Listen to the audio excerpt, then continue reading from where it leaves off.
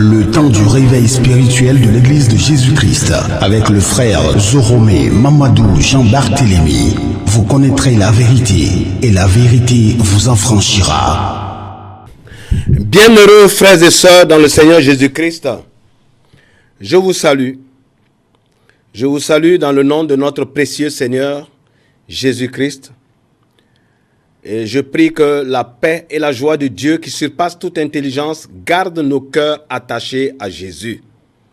Votre frère Zoromé Mamadou Jean-Barthélemy, comme je le dis à l'entame de chacune de mes prédications, de chacun de mes messages, je ne prêche pour aucune chapelle, aucune dénomination, je n'appartiens à aucune. Ne me confondez pas avec un branhamiste ou avec un méthodiste ou un baptiste ou un catholique ou quoi que ce soit. Le Seigneur m'a mis à cœur de parler de la Bible et l'Esprit de Dieu me met à cœur d'être un disciple de Jésus-Christ. Et c'est à cet effet que je prêche le réveil spirituel. Un point, un trait, c'est tout. Ma personne n'a aucune importance. Je ne suis pas un révérend, je ne suis pas un bishop, un archibishop. Je ne suis rien de ce que vous savez. Je suis votre frère Zoromé Mamadou Jean-Barthélemy. Et aujourd'hui, nous allons nous entretenir d'un sujet que nous avons intitulé « Les leçons de Marie, mère de notre Seigneur Jésus-Christ ». Ce message a pour essence Marie, la mère de Jésus, objet de polémique entre les églises chrétiennes, principalement entre les églises catholiques de Rome, les églises orthodoxes, les églises protestantes et les églises évangéliques. Quelles leçons devons-nous tirer de Marie, mère de Jésus? Voici le propos de ce message. Plusieurs siècles après le départ de son fils Jésus-Christ de la terre, et après la mort des apôtres qui ont cependant connu Marie et vécu avec elle, une doctrine est apparue dans l'église catholique née à Rome et non en Israël. Elle confère à Marie le titre de mère de Dieu, de médiatrice entre Dieu et les hommes, et révélant même qu'elle ne serait pas morte, et qu'elle serait plutôt directement montée au ciel comme Enoch ou comme Élie. Elle défend de croire que Marie aurait eu d'autres enfants après le Seigneur Jésus. Cette doctrine serait-elle biblique ou plutôt une invention? Pour parler de Marie, nous nous fonderons principalement sur deux passages bibliques très importants pour toute compréhension. Le premier texte se trouve dans le livre du prophète Ésaïe. C'est pourquoi le Seigneur lui-même vous donnera un signe. Voici la Vierge deviendra enceinte, elle enfantera un fils, elle lui donnera le nom d'Emmanuel, Ésaïe chapitre 7, verset 14. Le deuxième texte pour notre compréhension se trouve dans l'évangile de Luc et est l'accomplissement de cette prophétie. Voici ce qui est écrit. Au 6e mois, l'ange Gabriel fut envoyé par Dieu dans une ville de Galilée appelée Nazareth, auprès d'une vierge fiancée à un homme de la maison de David nommé Joseph. Le nom de la vierge était Marie. L'ange entra chez elle et dit, « Je te salue, toi à qui une grâce a été faite. Le Seigneur est avec toi. » Troublée par cette parole, Marie se demandait ce que pouvait signifier une telle salutation. L'ange lui dit, « Ne crains point Marie, car tu as trouvé grâce devant Dieu. Et voici, tu deviendras enceinte et tu enfanteras un fils, et tu lui donneras le nom de Jésus. Il sera grand et sera appelé Fils du Très-Haut, et le Seigneur lui donnera le trône de David, son père. Il régnera sur la maison de Jacob éternellement, et son règne n'aura point de fin. » Marie dit à l'ange, « Comment cela se fera-t-il puisque je ne connais point d'homme? » L'ange lui répondit, « Le Saint-Esprit venant sur toi et la puissance du Très-Haut te couvrira de son ombre. C'est pourquoi le Saint-Enfant qui naîtra de toi sera appelé Fils de Dieu. Voici Élisabeth, ta parente a conçu, elle a aussi un fils en sa vieillesse, et celle qui était appelée stérile est dans son 6e mois. Car rien n'est impossible à Dieu. Et Marie dit, « Je suis la servante du Seigneur, qu'il me soit fait selon ta parole. » Et l'ange la quitta. Luc chapitre 1, versets 26 à 38. Bien-aimés frères et sœurs, 800 années avant Jésus, un prophète nommé Ésaïe, que tout Israël traitait de fou à cause de la dureté de ses propos et de ce qu'il croyait être des incohérences, déclara, comme nous avons vu dans le premier texte, que Dieu donnera un signe au peuple d'Israël dans l'accomplissement des prophéties de Moïse, de Samuel et autres qui avaient prophétisé la venue du Messie. Le Seigneur, votre Dieu, vous suscitera d'entre vos frères un prophète comme moi. Vous l'écouterez dans tout ce qu'il vous dira, et quiconque n'écoutera pas ce prophète sera exterminé du milieu du peuple. Tous les prophètes qui se sont succédés depuis Samuel ont aussi annoncé ces jours-là. Actes chapitre 3, versets 22 à 24. Ainsi, concernant le Seigneur et sa venue sur terre, Ésaïe est le prophète qui avait reçu toutes les précisions sur le Messie, sur sa personne et de qui même il naîtrait. Il avait prophétisé sa naissance virginale, c'est-à-dire par une fille vierge qu'un homme n'a point touchée. Il avait prophétisé sa filiation, fils de Dieu. Il avait prophétisé son ministère terrestre, la proclamation du salut et le don de la vie éternelle. Ésaïe chapitre 61, versets 1 à 3. Il avait prophétisé sa vie de souffrance et sa mort. Ésaïe chapitre 53, versets 1 à 12. Ce que nous retiendrons dans toute la prophétie d'Ésaïe, bien-aimés frères et sœurs, pour éclairer notre message de ce jour, c'est la prophétie concernant la mère de ce Messie, car Ésaïe avait dit, la Vierge sera enceinte. Voici que 800 années plus tard, un ange vint dans une ville de la Galilée appelée Nazareth pour proclamer l'accomplissement de cette prophétie à une jeune fille, effectivement vierge, nommée Marie. C'est à la vie de cette jeune fille, effectivement devenue mère de notre Seigneur, que nous allons nous intéresser, mais surtout pour tirer les leçons de sa vie en 6 points. Le premier point, la Bible nous autorise-t-elle à faire de Marie un intermédiaire entre Dieu et les hommes? Deuxième point, la Bible nous autorise-t-elle à vénérer Marie, mère de Jésus? Troisième point, la Bible permet-elle d'appeler Marie mère de Dieu? Quatrième point, pouvons-nous par la Bible affirmer que Marie, mère de Jésus, est montée vivante au ciel? Cinquième point, Marie aurait-elle eu ou non d'autres enfants après Jésus? Et sixième point, quelles leçons pouvons-nous tirer de la vie de Marie, la mère de Jésus-Christ? Premier point, la Bible nous autorise-t-elle à faire de Marie un intermédiaire entre Dieu et les hommes? Parlant de Marie, mère de Jésus, comme nous l'avons dit au début de notre propos, certaines églises chrétiennes la vénèrent et font d'elle une intercesseuse auprès de Dieu pour l'exaucement de leurs prières. Elles font d'elle un intermédiaire entre Dieu et les hommes afin que leurs prières soient exaucées. Cette doctrine serait-elle avalisée par la parole de Dieu? Pouvons-nous dire à partir de la Bible que cette manière de voir les choses est vraie ou qu'elle est fausse? Parlons du pardon des péchés. Pouvons-nous être pardonnés par Marie comme intermédiaire? Quand nous parcourons les Écritures, Jean-Baptiste, à la vue de Jésus-Christ qui passait, dit à ses disciples, « Voici l'agneau de Dieu qui ôte le péché du monde. » Jean chapitre 1, verset 29. Jean-Baptiste révéla ce jour au monde entier que c'est cet homme, Jésus, qui était en train de passer. C'est cet homme que Dieu allait immoler pour le pardon des péchés que l'homme avait commis depuis le jardin d'Éden. Aussi, nous pouvons lire dans la Bible, à ce propos, dans le livre de Timothée, car il y a un seul Dieu et un seul médiateur entre Dieu et les hommes, Jésus-Christ, homme qui s'est donné lui-même en rançon pour tous. 1 Timothée chapitre 2, verset 5. Ce verset de la Bible déclare et nous renseigne qu'il n'y a que Jésus comme seul médiateur entre Dieu et les hommes. Nous comprenons donc que c'est faux de considérer Marie, la mère de Jésus, comme intermédiaire entre Dieu et les hommes. Jésus seul a payé le prix pour le pardon de nos péchés. Jésus seul a payé le prix pour l'exaucement de toute prière. Comme Jean-Baptiste l'avait donc prophétisé, Jésus est l'offrande que Dieu devait donner en rançon pour racheter la vie de l'homme de la mort éternelle.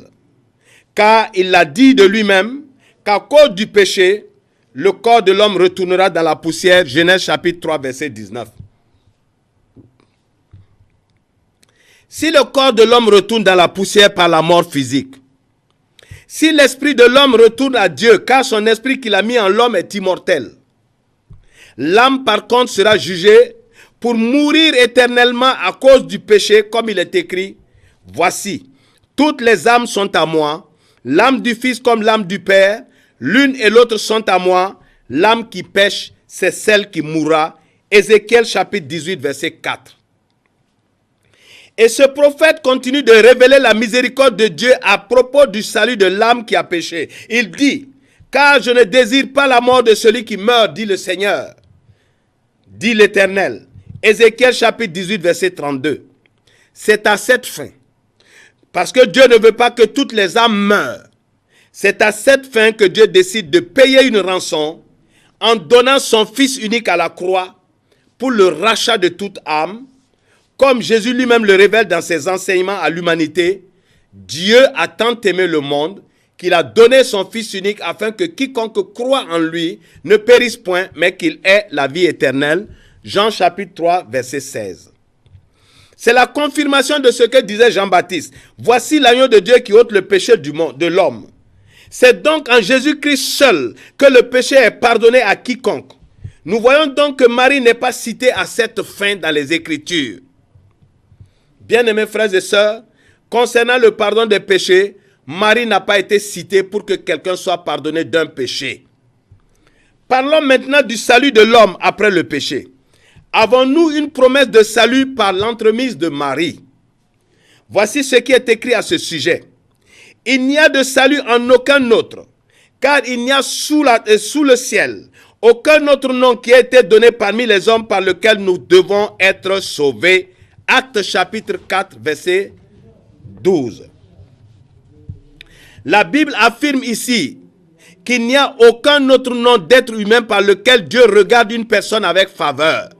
Le salut ne se trouve qu'en Jésus-Christ seul. Marie, mère de Jésus, n'est citée dans aucun verset de la Bible comme médiatrice devant Dieu pour le salut de l'homme. Bien-aimés frères et sœurs, ceux qui croient en la doctrine de Maman Marie, comme intermédiaire entre eux et Dieu, n'auront que des pleurs et se retrouveront devant une situation irrémédiable au dernier jour, parce qu'ils n'auront pas cru en la parole de celui par qui nous ressusciterons et connaîtrons l'exaucement ultime, celui de vivre l'éternité dans le royaume de Dieu, Jésus-Christ. Bien-aimés frères et sœurs, repentons-nous de cette fausse doctrine, car nous n'avons aucun salut qui nous soit promis dans la Bible parce que nous prions Maman Marie. Parlons de l'exaucement de la prière. Sommes-nous exaucés par l'entremise de Marie? Quant à l'exaucement des prières des saints, des chrétiens, voici ce qui est écrit dans la Bible à ce propos. Chose révélée par le Seigneur Jésus-Christ lui-même. En vérité, je vous le dis, celui qui croit en moi fera les œuvres que je fais, et il en fera de plus grandes, parce que je m'en vais au Père, et tout ce que vous demanderez en mon nom, je le ferai, afin que le Père soit glorifié dans le Fils. Si vous demandez quelque chose en mon nom, je le ferai, dit Jésus. Jean chapitre 14, versets 12 à 14. Jésus a bel et bien dit, et cela est dans la Bible, si vous demandez quelque chose en mon nom, je le ferai. Est-il donc besoin de demander la médiation de quelqu'un pour être exaucé, alors que Jésus dit que celui qui prie en son nom sera exaucé?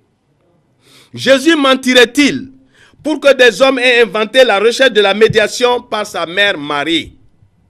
Jésus lui-même nous apprend que la prière qui est exaucée est celle de celui qui croit en lui et met en pratique sa parole. Et voici que nous refusons de croire en cela Et nous préférons appeler quelqu'un d'autre au secours que nous avons appelé Maman Marie. Bien-aimés frères et sœurs, Jésus-Christ avait encore dit de lui-même, « Si vous demeurez en moi et que mes paroles demeurent en vous, demandez ce que vous voulez et cela vous sera accordé. » Jean chapitre 15, verset 7. Il n'y a aucune autre voie d'exaucement d'une prière en dehors de Jésus-Christ. C'est lui qui est mort à la croix et qui en a payé le prix. Personne d'autre n'a payé un prix pour que nous soyons exaucés ou parce que nous passons par lui. Aucun saint, aucune personne. Marie n'est nullement citée quelque part dans la Bible comme une personne par qui Dieu écoute quelqu'un. Une personne par qui Dieu exauce quelqu'un. Cela n'est pas dans la Bible. Mais que dit la Bible à ce propos? J'invite les frères et les sœurs à méditer la parole de Dieu par le Seigneur Jésus-Christ lui-même à propos des biens matériels et de l'impartialité de Dieu. Jésus avait dit, « Alors vous serez fils de votre Père qui est dans les cieux, car il fait lever son soleil sur les méchants et sur les bons, et il fait pleuvoir sur les justes et sur les injustes. » Matthieu chapitre 5, verset 45. Bien-aimés frères et sœurs, Adam et Ève avaient-ils prié Dieu pour que la lune, le soleil, les étoiles soient dans le ciel? Avaient-ils prié Dieu pour qu'il crée des végétaux, les animaux et autres commodités pour leur vie? Dieu sait de quoi tout homme a besoin. Et il avait mis sur la terre et dans la nature tout ce qu'il nous fallait avant même de nous créer. C'est encore la même chose de nos jours. Dieu connaît le besoin de tout homme et ce ne sont pas nos prières qui nous donnent à manger. Ce ne sont pas nos prières qui font que nous nous réveillons le matin. Ce ne sont pas nos prières qui font que les arbres poussent. Ce ne sont pas nos prières qui font qu'il pleut du ciel. Bien-aimés frères et sœurs, ce ne sont pas les prières à Maman Marie qui t'ont valu ce que tu as. Car tu as des camarades païens qui obtiennent les mêmes choses et même plus que toi, alors qu'ils ne connaissent pas ton Dieu, alors qu'ils ne connaissent pas Jésus, alors qu'ils ne connaissent pas Maman Marie. Adam et Ève avaient-ils prié pour avoir des enfants, comme toutes ces femmes chrétiennes qui prétendent prier Maman Marie pour en avoir? Comme toutes ces filles qui disent avoir été exaucées et eu un mari par leur prière à Maman Marie. Combien de femmes païennes n'ont-elles pas de nombreux enfants? Ne se marient-elles pas? Ne divorcent pas et se marient comme elles veulent, alors qu'elles ne connaissent ni Maman Marie ni Jésus? Bien-aimés frères et sœurs, Dieu donne à tous les humains des biens, de la promotion, des enfants et autres choses, sans aucune prière. Des riches de la terre sont même des athées. Il permet même que les païens, ceux que nous rejetons et que nous disons ce sont des mystiques, des Illuminati, tous les noms que nous leur donnons, et Dieu permet que ces hommes soient même plus riches que nous. Si c'est pour ces choses-là, les choses de la terre, que tu es devenu chrétien, bien-aimés frères et sœurs, renoncez, car le païen, il en a autant. Et pour ceux qui méditent la parole de Dieu en son Fils Jésus, il avait encore déclaré que ceux qui prient pour les biens de la terre sont des païens. Matthieu chapitre 6, verset 31-32. Pendant que tu t'évertues à aller mettre des fleurs au pied des statues de Maman Marie, pendant que tu vas déposer de l'argent, pendant que tu fais des prières pour avoir un mari, pour avoir du travail, pour avoir un emploi, pour avoir une femme, pour avoir ceci, Jésus dit que ceux qui font de telles choses, qui prient pour de telles choses, sont des païens. Le Seigneur dit que tu es païen, mon frère, ma soeur. Et tes jeûnes et tes prières ne sont que, si tes jeûnes et tes prières ne sont que pour obtenir du travail, des biens de la terre, tu es un païen. Pour les biens de la terre, Jésus avait dit des choses très simples. Cherchez premièrement le royaume et la justice de Dieu, et toutes choses vous seront données par-dessus tout. Matthieu chapitre 6, verset 33. C'est le lieu de dire aux chrétiens de tous bords que ce ne sont pas les prières et les jeûnes qui nous octroient les biens de la terre. Dieu permet que toute personne en ait, même sans prière, même s'il ne le connaît pas, même s'il l'insulte tous les jours. Dieu veut plutôt des hommes qui prient pour ses intérêts à lui, qui prient pour les intérêts du royaume. Dieu veut des hommes qui se soucient de leur salut. C'est cela qu'on appelle chercher premièrement le royaume de Dieu.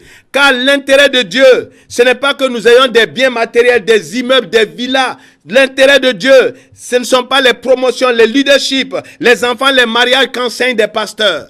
L'intérêt de Dieu, c'est que toute personne soit sauvée et parvienne à la connaissance de la vérité.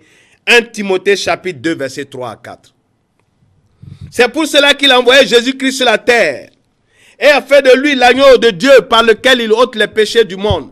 Dieu n'a pas envoyé Jésus-Christ pour enseigner le leadership comme vous enseigne dans vos églises. Dieu n'a pas envoyé Jésus-Christ pour enseigner l'entrepreneuriat comme dans les églises. Il n'a pas envoyé Jésus-Christ pour délivrer des gens pour qu'ils aient des biens. Il a envoyé Jésus-Christ pour le salut de l'humanité, nous réconcilier avec le Père. Celui qui se garde du péché et qui a la crainte de Dieu, qui croit et met en pratique les enseignements de Jésus sera sauvé. Et c'est ce que Dieu veut. Et ce sont ces personnes qu'il bénit. Et c'est à ces personnes qu'il donne des biens parce que leur cœur est déjà à lui. Celui qui prie, Maman Marie, pour ces choses-là, selon Jésus, c'est un païen. Car il dit, ceux qui prient pour ces biens-là, ces choses de la terre, ce sont des païens. Or, les païens ne seront pas sauvés s'ils ne croient pas en Jésus-Christ et ne mettent pas en pratique sa parole. Marc chapitre 16, verset 16. La Bible ne nous révèle nulle part que Dieu exauce quelqu'un par Maman Marie.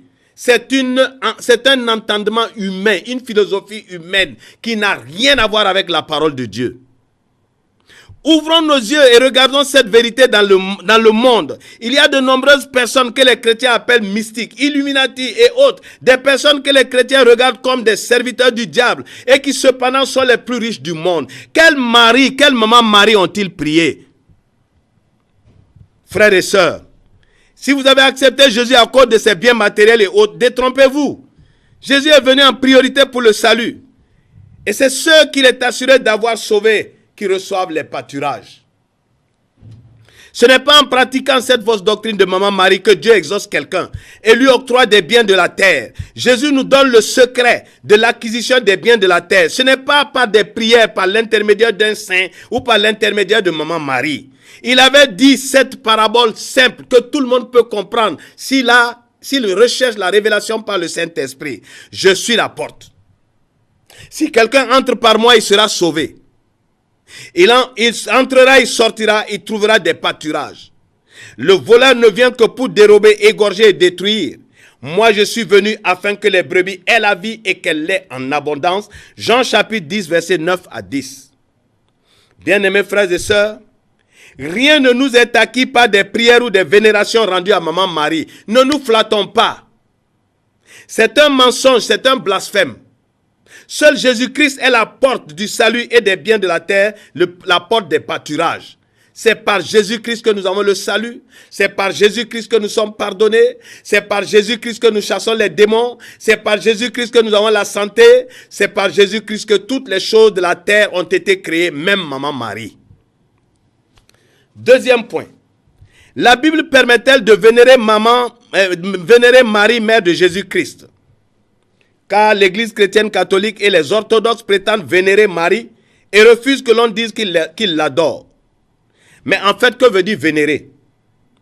Vénérer quelqu'un, c'est éprouver un attachement profond pour cette personne. C'est donc l'adorer, c'est-à-dire aimer à l'extrême, car adorer veut dire aimer à l'extrême. Or, que nous dit la Bible à propos de ce genre d'attitude, à propos d'une adoration rendue à un être humain? Car Marie est un être humain.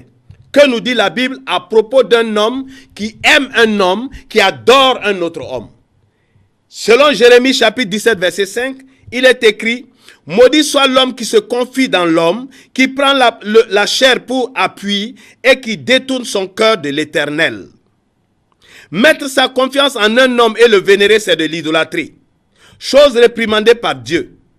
Cette dévotion idolâtre ne se traduit-elle pas dans ces églises par des statues de Marie devant lesquelles on se prosterne, contrairement même aux recommandations, aux commandements de Dieu de ne point faire de statues et de ne point les adorer? Exode chapitre 20 versets 4 à 5. Il est bel et bien écrit que Dieu n'apprécie pas qu'un homme fasse des statues, les adore ou se prosterne devant elles. Ésaïe avait aussi également prophétisé aux enfants d'Israël en son temps: cessez de vous confier en l'homme, dans les narines duquel il n'y a qu'un souffle. Car de quelle valeur est-il? Ésaïe chapitre 2 verset 22. Dieu seul a droit à être vénéré. Dieu seul a droit à être adoré. Lui seul doit occuper notre cœur et non un homme charnel comme le fut Maman Marie, mère de Jésus. C'est à Dieu seul et à Jésus-Christ seul que nous devons la révérence, la vénération, l'adoration, la louange et la gloire. Romains chapitre 11, verset 36, Philippiens chapitre 4, verset 20. Selon le livre de l'Apocalypse, bien-aimés frères et sœurs, Jean avait eu la révélation suivante des choses du ciel à propos de l'adoration.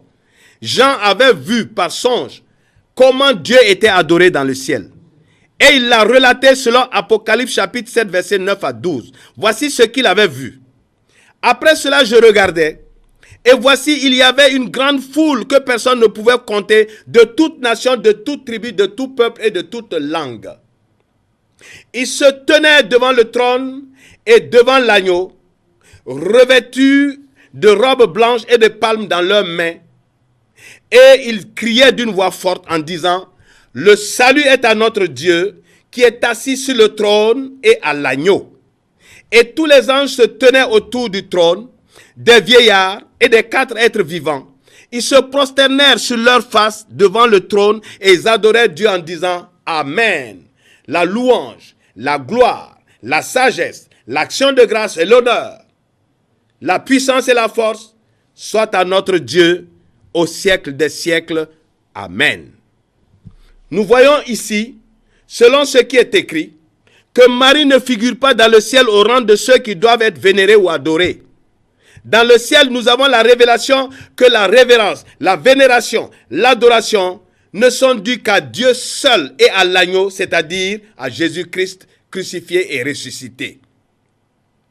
Marie, mère de Jésus, n'est citée dans aucune Bible, dans aucun verset pour être vénérée ou adorée ou priée comme Dieu et comme Jésus. Ceux qui se livrent à une telle chose pendant leur vie, à mon avis, commettent un péché, un blasphème contre le Saint-Esprit révélateur des Écritures. Péché impardonnable aussi bien en ce siècle que dans le siècle futur, c'est-à-dire après notre mort. Jésus avait encore révélé, quiconque parlera contre le Fils, il lui sera pardonné. Mais quiconque parlera contre le Saint-Esprit, il ne lui sera pardonné ni dans le siècle présent, ni dans le siècle à venir. Matthieu chapitre 12, verset 32. Or, contredire la Bible, c'est blasphémer. C'est blasphémer contre le Saint-Esprit selon ce qui est écrit. 1 Pierre chapitre 1, verset 20 à 21.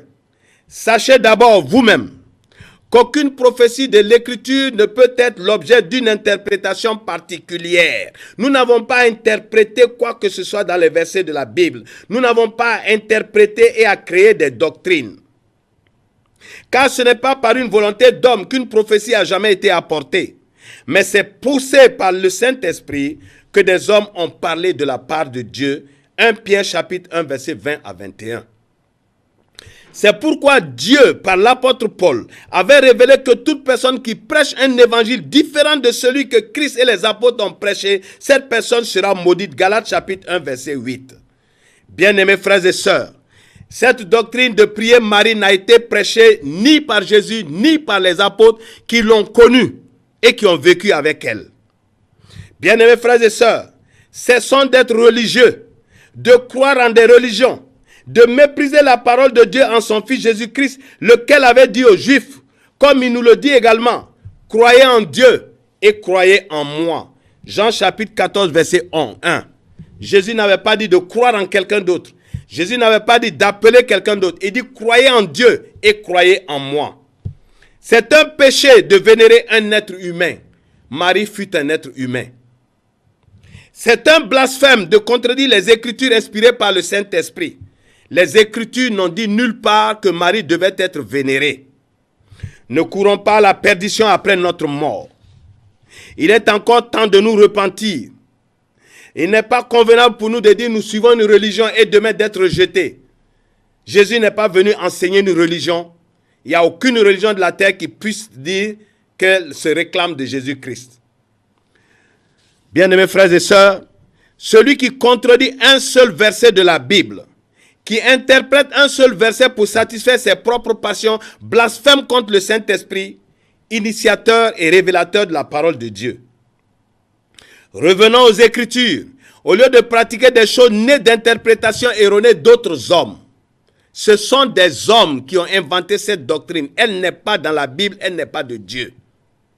Marie, mère de Jésus, n'a pas été citée par les Écritures pour être vénérée ou adorée. Je n'ai pas vu ce verset, que celui qui a vu m'appelle. Jésus, ni Jésus lui-même, dont c'est la mère, et ni les apôtres qui avaient connu Marie, ne nous ont révélé une quelconque dévotion demandée par Dieu à son égard. Alors que cependant, Jésus, fils de Dieu, n'ignorant point que les Écritures enseignent d'honorer son père et sa mère, ne nous a pas donné une directive quelconque qu'honorer Marie, c'est la prier ou la vénérer. Jésus connaissait les Écritures. Il savait bien qu'il est écrit « Honore ton père et ta mère ». Mais nous n'avons pas de verset où Jésus honorait Marie en la priant ou en demandant de la prier. Troisième point. La Bible permet-elle d'appeler Marie mère de Dieu? Comment donc Dieu, qui existait déjà, et dont le Saint-Esprit devait opérer un miracle en Marie, serait-il l'enfant de Marie? Comment? Autre chose, Dieu s'appelle éternel, c'est-à-dire qu'il n'a pas de généalogie, c'est-à-dire qu'il n'a pas de parents. Et vous dites Marie, mère de Jésus, mère de Dieu. Dieu n'a pas de mère, Dieu n'a pas de père, Dieu n'a pas de commencement, Dieu n'a pas de fin de vie. Dieu est éternel. Hébreux chapitre 7, verset 3. Bien-aimé, Dieu ne peut pas avoir une mère ou un père. Comment une personne mortelle pourrait-elle mettre au monde ce qui est éternel? Marie a été la mère de Jésus-Christ, homme. Elle n'a pas été la mère de Dieu. Elle est la mère de Jésus-Christ, homme. Celui dont il est bel et bien dit qu'il est l'unique médiateur entre Dieu et les hommes, selon 1 Timothée chapitre 2, verset 5, il est dit que c'est par lui, Jésus-Christ, homme, qu'il a été donné à quiconque d'être sauvé. Lui-même se présentait aux gens en disant le Fils de l'homme. Comment lui-même se présente? Jésus-Christ lui-même se présente Fils de l'homme et des gens appellent Marie, mère de Dieu. On devrait appeler Marie la mère de l'homme, puisqu'il dit qu'il est le Fils de l'homme. Dieu est esprit. Et Marie a mis au monde une chair visible qu'on pouvait toucher et qui s'appelait Jésus. Elle avait dit elle-même à la fin de son entrevue avec l'ange, « Je suis la servante du Seigneur ». Luc chapitre 1, verset 38. Comment celle qui reconnaît être la servante de Dieu qui existait pouvait-elle être la mère de Dieu? Dieu envoie un ange vers elle. Et elle-même dit devant l'ange, je suis la servante du Seigneur. Et comment quelqu'un peut-il comprendre, par quelle gymnastique philosophique ou intellectuelle, Marie qui dit à l'ange qu'elle est la servante de Dieu, peut-elle être la mère de ce Dieu? Comment être servante et mère de quelqu'un? Bien-aimés frères et sœurs, si cette doctrine enseignée par les églises se réfère à la divinité de Jésus, il faut reconnaître que Marie avait mis au monde un enfant normal, un enfant charnel, à l'image de tout autre enfant en Israël. Car la Bible, parlant de lui en son enfant, disait « Oh, l'enfant croissait et se fortifiait, il était rempli de sagesse et la grâce de Dieu. » Luc chapitre 2, verset 40. Donc Jésus-Christ est né au milieu des Juifs, ils ont vu le bébé, ils l'ont vu grandir. C'était un homme. Nous voyons bien que c'est aux environs de 30 ans, lors de son baptême, qu'il fut rempli de la plénitude divine par le Saint-Esprit et que son ministère commença. Luc chapitre 3, verset 23, Marc chapitre 1, verset 10 à 12. Avant cela, rien ne montrait que Jésus était Dieu. Avant cela, Jésus était un charpentier, ce que nous appelons aujourd'hui un menuisier. Voulons-nous contredire nous-mêmes les Écritures? Ou bien voulons-nous contredire Jésus lui-même qui au cours de son ministère se présentait comme fils de l'homme? Lui-même se présentait comme fils de l'homme. Matthieu chapitre 25 verset 31, Luc chapitre 12 verset 10, Jean chapitre 6 verset 53. N'est-ce donc pas un blasphème contre le Saint-Esprit que de déclarer qu'un être humain serait la mère du Dieu éternel? De dire même qu'elle serait la reine du ciel? Alors que rien ne nous dit dans les Écritures que Marie se trouve au ciel, Nous avons vu tout à l'heure, quand Jean a eu le songe en Apocalypse, il ne nous a pas dit que Marie se trouvait quelque part dans le ciel. Bien-aimés frères et sœurs, repentons-nous, car il est bel et bien écrit que celui qui ajoute quelque chose ou retranche quelque chose de la parole à la parole de Dieu s'expose au rejet de Dieu après sa mort. Apocalypse chapitre 22, verset 18 à 19. Quatrième point, la Bible permet-elle d'affirmer que Marie serait montée vivante au ciel? Dans sa vénération, cette église a même décidé que Marie, mère de Jésus, serait montée au ciel. Or, la Bible n'atteste nulle part de l'enlèvement de Marie. Elle n'atteste que de l'enlèvement d'Enoch, Élie, sans qu'il ne soit passé par le tombeau. Genèse chapitre 5, verset 24. Hébreux chapitre 11, verset 5. Elle témoigne également de la montée de notre Seigneur Jésus-Christ au ciel. Actes chapitre 1, verset 9. Voici les témoignages de personnes enlevées de la terre que nous avons.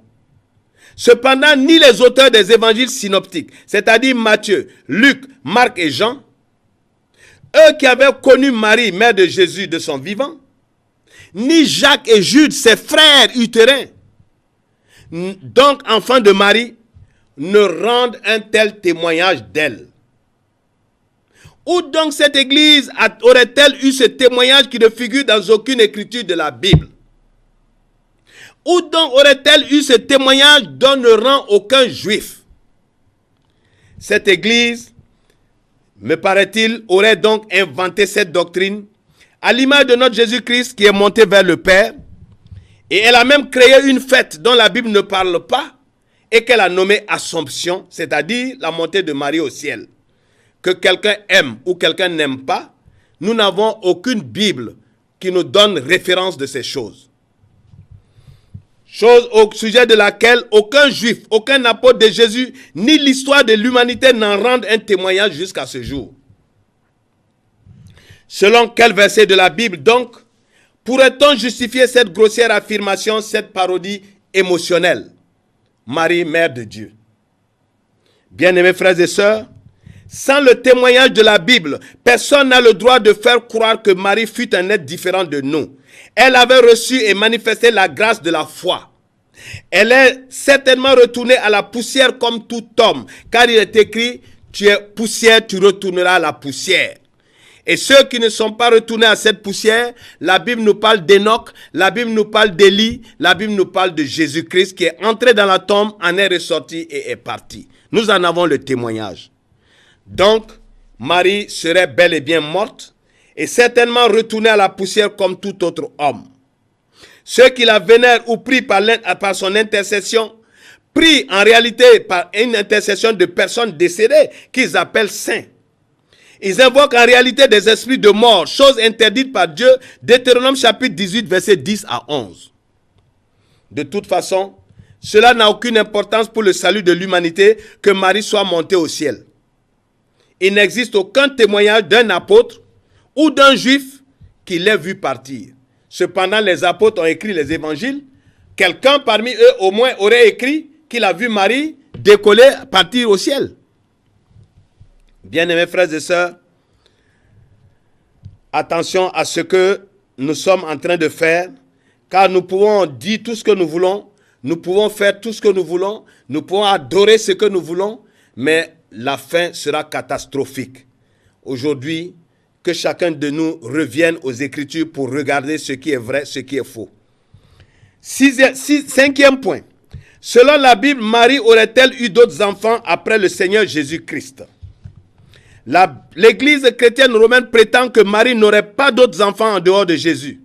Mais que nous dit la Bible? Nous avons un témoignage que Marie et les frères de Jésus-Christ, alertés par les scribes et les pharisiens qu'il était fou et qu'ils le mettraient à mort, vinrent pour se saisir de lui. En effet, il est écrit, les parents de Jésus ayant appris ce qui se passait, vinrent pour se saisir de lui, car ils disaient, il est hors de sens. Marc chapitre 3, verset 21. Et quand ils vinrent pour le chercher, ils le trouvèrent en train d'enseigner une grande foule. Il était au milieu des personnes. Et donc aux personnes venues lui dire que sa mère et ses frères étaient en train de le chercher dehors. Jésus avait répondu, selon Luc chapitre 8, verset 21, ma mère et mes frères, ce sont ceux qui écoutent la parole de Dieu et qui la mettent en pratique. Le même Jésus prêchant et condamnant les scribes et les pharisiens qui aimaient s'arroger des titres comme les hommes de Dieu actuels, qui aiment se faire appeler père spirituel, bishop, révérend, pape, pasteur, prophète, etc. Il disait, ne vous faites pas appeler rabbi, car un seul est votre maître et vous êtes tous frères. Matthieu chapitre 23, verset 8. Nous voyons que pour justifier que Marie n'eut point d'autres enfants, des églises enseignent que disant frère, Jésus parlait de tous ceux qui l'entouraient et que c'était la coutume ainsi en Israël. Mais si cette coutume est vérifiée, que chez les Juifs, les cousins et autres s'appelaient frères, la Bible nous donne cependant une précision de taille à propos du cas de Jésus-Christ et de ses frères utérins en Marie. C'est-à-dire, la Bible nous parle d'autres enfants que Marie aurait eus avec Joseph après la conception de Jésus. C'est écrit dans la Bible. En effet, quand les Juifs vinrent pour le chercher, quand les Juifs virent le Seigneur, Jésus en train de prêcher, d'enseigner des choses qu'ils n'avaient point entendues, révélant des mystères, et lorsqu'ils avaient vu des miracles qui se faisaient par lui, la Bible nous rapporte qu'ils s'étonnaient et qu'ils disaient, n'est-ce pas le charpentier, le fils de Marie, le frère de Jacques, de Joseph, de Jude et de Simon? Et ses sœurs ne sont-elles pas ici parmi nous? Marc chapitre 6, verset 3. Nous voyons bien ici que le peuple connaissait bien la famille biologique de Jésus. Et nous avons donc le témoignage que notre Seigneur Jésus-Christ eut d'autres frères et d'autres sœurs par Marie et par Joseph. C'est bel et bien écrit. Aussi prétendre que Marie n'avait pas eu d'autres enfants, n'est-il pas une incrédulité coupable? N'est-il pas un blasphème contre le Saint-Esprit? Puisque nous contredisons ainsi les Écritures. Quelque chose qui est écrit, on dit ce n'est pas vrai. C'est bel et bien écrit que Marie avait eu d'autres enfants. Il avait eu Jacques, elle avait eu Joseph, elle avait eu Jude, elle avait eu Simon et elle avait eu d'autres filles qui étaient les sœurs de Jésus. Repentons-nous de cette doctrine qui n'a aucun répondant biblique. Car la Bible nous rapporte le conseil que Moïse donna aux enfants d'Israël avant sa mort à propos de la parole de Dieu. Vous n'ajouterez pas et vous n'ajouterez rien à ce que je vous prescris et vous n'en retrancherez rien. Mais vous observerez les commandements de l'Éternel votre Père tels que je vous les prescris. Deutéronome chapitre 4 verset 2. Qu'un homme contredise la Bible, qu'un homme retire des choses de la Bible, il prend le risque de lui-même de se retrouver maudit par Dieu. L'apôtre Jean aussi, qui avait reçu la révélation du livre de l'Apocalypse dans un songe sur l'île de Patmos, avait entendu la voix de Dieu l'avertissant de ne rien changer, de ne rien ajouter à la parole sous peine de rejet et de condamnation. Apocalypse chapitre 22, versets 18 à 19. Qu'une doctrine plaise à notre cœur, que nous voulions pratiquer une religion, c'est notre problème. Mais ce que nous devons savoir, il est bel et bien écrit que quelqu'un qui ajoute quelque chose à la parole de Dieu ou qui en retranche ne verra pas Dieu à sa mort. Les apôtres mirent en garde toute personne prêchant un évangile différent de celui qu'ils ont reçu du Seigneur. Ils avaient dit, mais si nous-mêmes, si un ange du ciel annonçait un évangile s'écartant de celui que nous avons prêché, qu'il soit anathème, c'est-à-dire qu'il soit maudit. Galates chapitre 1, verset 8.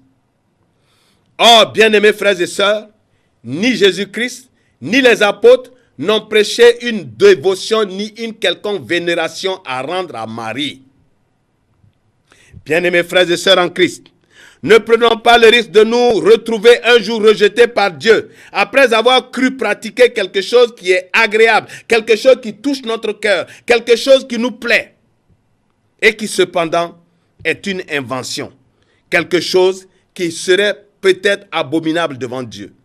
Car les apôtres à qui le Seigneur Jésus-Christ avait donné l'ordre d'aller enseigner au monde ce qu'il avait prescrit, n'ont révélé à personne, ni attesté à personne que la mère de Jésus n'avait pas eu d'autres enfants.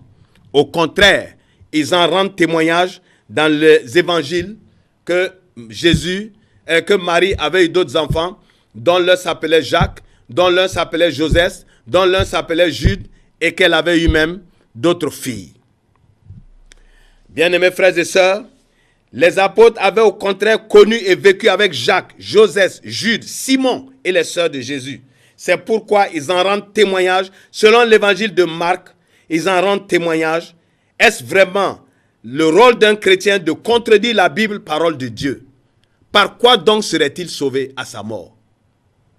Repentons-nous pendant que nous sommes encore vivants et cessons de contredire le Saint-Esprit, contredire la parole de Dieu. La Bible est très claire. Elle rend témoignage que Marie avait eu des enfants après Jésus.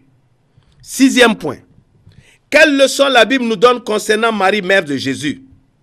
Bien-aimés frères et sœurs, Marie ne doit pas faire l'objet de polémiques. Nous devons plutôt méditer sa vie et en tirer les leçons pour notre édification. Si nous ne devons pas la vénérer, nous n'avons pas le droit non plus de la rejeter. Ne voyons pas seulement la paille dans les yeux des autres. Oui, pour ceux qui disent, ouais, voilà cela, ils prient Maman Marie, voilà cela, ils vénèrent Maman Marie. Mais voyons aussi la poutre dans notre œil, nous qui disons ces choses. Car nous devons rechercher dans la vie de tous les hommes de la Bible, dans la vie de tous ceux qui nous ont cités, quel est le message, quelle est la révélation de la part de Dieu. Alors, Marie, quelles sont les leçons que nous devons tirer de sa vie? Rétablissons la vérité et invitons toute personne à réfléchir en réalité sur les leçons que nous inspire la vie de Marie, la mère de notre Seigneur Jésus-Christ. Nous retiendrons 5 leçons qui ne sont pas exhaustives. En lisant et méditant chacun la Bible, nous pourrions peut-être en tirer d'autres. Mais je dis ici 5. Marie, la première, Marie fut une personne qui avait la crainte de Dieu. La deuxième, Marie était une servante de Dieu. La troisième leçon, Marie fut une femme de foi. La quatrième leçon, Marie fut une femme de douleur. Et la cinquième leçon, Marie fut une adoratrice en esprit et en vérité. Première leçon. Marie a été une jeune fille chaste, une fille qui avait la crainte de Dieu. Le mérite de Marie a été le fait qu'elle se soit gardée chaste, vierge, en conformité avec la parole de Dieu. En Israël, une jeune fille devait se marier étant vierge. Quoique fiancée, Marie s'était conservée pure. C'est cette attitude qui lui avait valu de recevoir la grâce de concevoir le Seigneur Jésus-Christ. Le fait qu'elle se soit préservée vierge. Maman chrétienne, au lieu de vénérer Maman Marie, de réciter des longs chapelets de rosaire ou de Je vous salue Marie, qui n'existent pas dans la Bible, éduquez plutôt vos enfants. Incitez vos filles à la chasteté, à la sanctification. Invitez vos filles à demeurer vierges jusqu'à leur mariage. Conseillez-les d'arrêter cette histoire de copain-copine inspirée par le diable. Vous êtes heureux quand votre fille emmène quelqu'un à la maison, c'est son copain. Et vous êtes là à réciter des chapelets au nom de Marie. Vous ne voyez pas que vous êtes en travers de la parole de Dieu? Jeunes filles chrétiennes, éloignez-vous plutôt de toute forme de débauche, d'impudicité et préservez votre virginité pour le Seigneur. C'est ce qui avait valu à Marie d'être agréable à Dieu. Préservez votre virginité jusqu'au jour de votre mariage, comme Marie. Au lieu de croire à cette supercherie qu'il suffit de résister des Je vous salue Marie, d'aller dans des sanctuaires mariaux ou des églises pour déposer des fleurs au pied des statues ou de plâtre ou de faire des dons pour plaire à Dieu. Dieu veut votre virginité. Dieu veut votre sanctification. Ce ne sont pas le fait de vous prosterner devant des statues qui vous vaudront la grâce de Dieu. Inspirez-vous du modèle de la vraie Marie, mère de Jésus, en créant Dieu par la pratique de la sainteté. Car c'est cette sainteté, cette crainte de Dieu qui avait valu à Marie la grâce de concevoir le Seigneur Jésus-Christ. Elle avait compris cette parole concernant la faveur de Dieu comme Pierre l'avait ainsi révélé. En vérité, je reconnais que Dieu ne fait point de favoritisme, mais qu'en toute nation, celui qui le craint et pratique ce qui est juste, la justice lui est agréable. Actes chapitre 10, verset 34. Marie avait plu à Dieu parmi tout le peuple d'Israël. Marie était une vierge, et en plus d'être vierge, elle respectait le serment, car il y a des filles vierges qui, entre-temps, rompaient le serment, le serment en couchant avec l'ami de l'époux. Jeune fille chrétienne, Au lieu de dévotion à Maman Marie, observez plutôt la crainte de Dieu qui est gage du succès en toutes choses et de l'exaucement des prières. Il ne faut pas se blaguer. Maman Marie n'existe pas. C'est une vue de l'esprit. Maman Marie n'existe pas dans la Bible. C'est une vue de l'esprit. Car elle n'a pas été citée dans la Bible comme intermédiaire entre Dieu et qui que ce soit, et encore moins pour le pardon du péché de qui que ce soit. Pour celles qui voudraient se convaincre que Dieu les exauce par Marie, il faudrait qu'elles se rendent à l'évidence que des personnes qui ne connaissent pas Marie, comme je l'ai dit, ont des enfants, ont des maris, ont tout ce qu'elles veulent. Car Jésus l'a dit, son Père fait lever son soleil sur les méchants comme sur les bons et fait pleuvoir sur les justes comme sur les injustes. Matthieu chapitre 5, verset 45. Toutes les femmes de la terre qui accouchent auraient-elles vénéré Maman Marie pour avoir des enfants? Est-ce Maman Marie que tant de filles impudiques autour de nous, donc pécheresses, auraient invoqué pour avoir des enfants? Nous voyons les filles à 12 ans déjà, elles ont des enfants partout. C'est quelle Maman Marie, c'est quel Dieu elles ont prié? Tant de filles qui se marient autour de nous, auraient-elles appelé Maman Marie au secours pour avoir un mari? Toutes ces personnes qui ne sont pas chrétiennes et qui travaillent, qui ont des grands postes, qui ont beaucoup d'emplois, qui ont des grandes positions sociales, c'est quelle Maman Marie elles ont vénéré? Arrêtons donc de croire que ce sont des prières par l'intercession de Marie qui nous valent des exaucements. Aucun verset de la Bible n'atteste de telles choses. Aucun verset de la Bible ne permet à quiconque d'affirmer de telles choses. Ce sont des croyances émotionnelles sans fondement biblique. Ce sont des compréhensions humaines. En vérité, cette dévotion est abominable. Elle n'existe pas dans la Bible. Elle n'a pas été recommandée par Jésus et les apôtres. Dieu n'agrée personne par ce canal. La première leçon que tout chrétien devrait retenir de Marie et s'en inspirer, c'est la sanctification. Il n'est écrit nulle part que la jeune fille Marie priait Dieu pour être la fille qui mettrait au monde le Messie promis depuis Moïse. Marie fut une fille qui craignait Dieu et mettait sa parole en application. Elle obéissait à ses parents. Elle resta une fille sainte et vierge. C'est pour cette raison qu'elle fut élue de Dieu.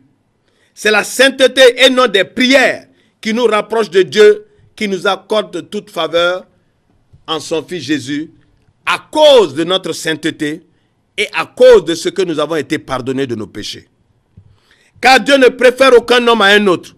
Partout dans le monde, comme cela est écrit en Actes 10, verset 34, Dieu veut ceux qui sont saints, ceux qui fuient le péché, ceux qui pratiquent intégralement sa parole. Dieu n'exauce personne par des prières adressées à des saints ou adressées par l'entremise de Maman Marie.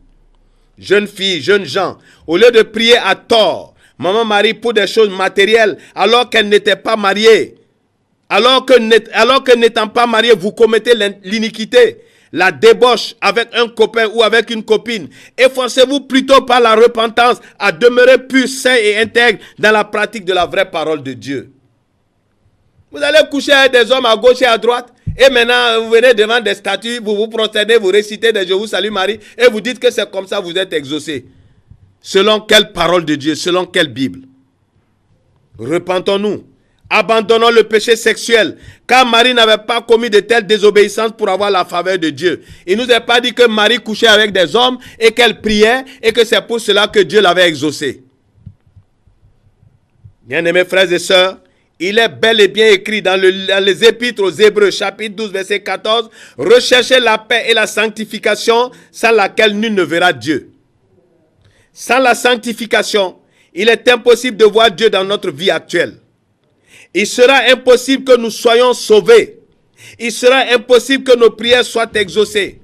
Il sera impossible que nous soyons utilisés par Dieu. Beaucoup de personnes cherchent à persuader les chrétiens de ce qu'ils sont des serviteurs de Dieu. Mais en réalité, Dieu ne les connaît même pas parce qu'ils continuent de commettre l'iniquité. Il n'y a que la sanctification qui nous rapproche de Dieu et qui nous permet d'être exaucés par Dieu. Bien-aimés frères et sœurs, la deuxième leçon, Marie était une servante de Dieu. Dieu n'utilise pas n'importe qui. N'importe qui n'est pas son serviteur ou sa servante. car il y a des critères divins pour être élu à ces titres. Marie avait en son temps rempli ces critères pour être servante de Dieu. Il est ainsi écrit: néanmoins, le solide fondement posé par Dieu subsiste avec ces paroles qui lui servent de sceau. Le Seigneur connaît ceux qui lui appartiennent, et quiconque prononce le nom du Seigneur qui s'éloigne de l'iniquité. Dans une grande maison, il n'y a pas seulement que des vases d'or et des vases d'argent, mais il y en a aussi de bois et de terre. Les uns sont des vases d'honneur et les autres sont d'un usage vil. Et si donc quelqu'un se conserve pur en s'abstenant de ces choses, il sera un vase d'honneur, sanctifié, utile à son maître, propre à toute œuvre. 2 Timothée chapitre 2 verset 19 à 21.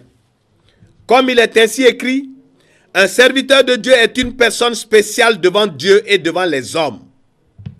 C'est une personne qui prononce le nom de Dieu et qui ne pêche plus.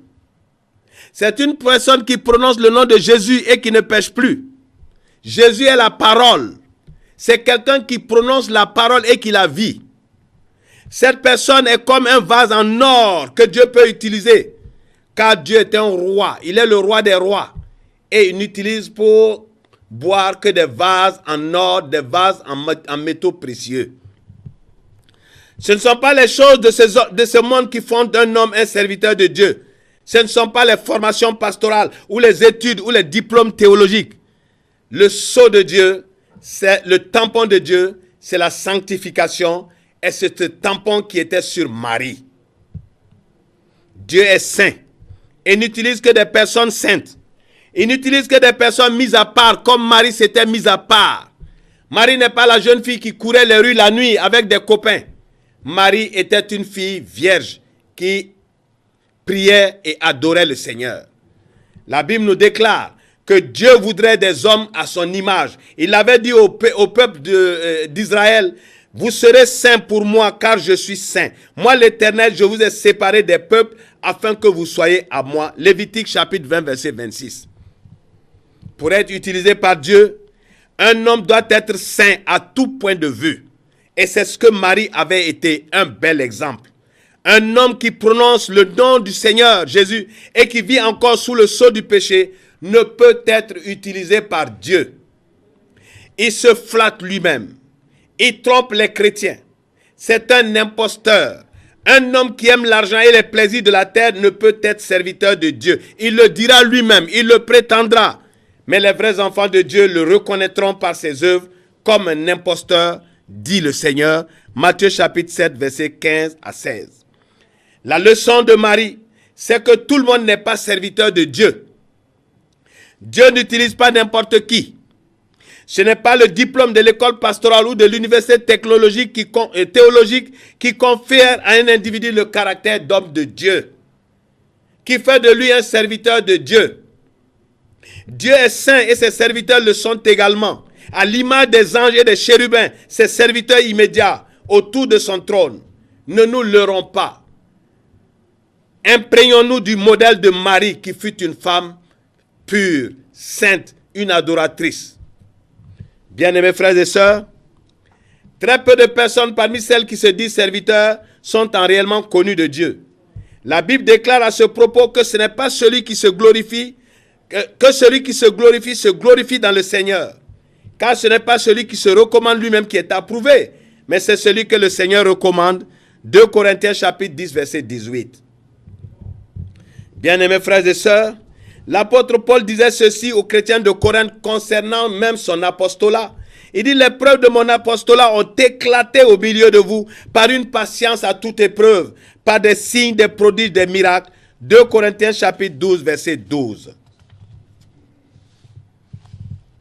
Un homme de Dieu est un homme qui a vaincu le péché, comme Marie avait vaincu le péché. Paul ne se déclarait pas apôtre. Il révèle pourquoi Dieu lui avait accordé cette grâce. Paul, qui était un fougueux, qui se promenait pour emmener les chrétiens pour qu'on les fatigue, était devenu un homme patient par l'évangile. Un homme de Dieu, un serviteur de Dieu est quelqu'un que Dieu a transformé. Et Marie était transformée pour convenir à Dieu. Marie avait sur elle le sceau, le tampon, la sainteté, l'humilité et le désintéressement qui avaient fait d'elle une servante de Dieu. Elle était utile pour l'accomplissement de la prophétie. Elle ne s'était pas conservée sainte et vierge parce qu'elle attendait quelque chose de Dieu. Elle ne s'était pas gardée vierge parce qu'elle voulait être exaucée de quoi que ce soit.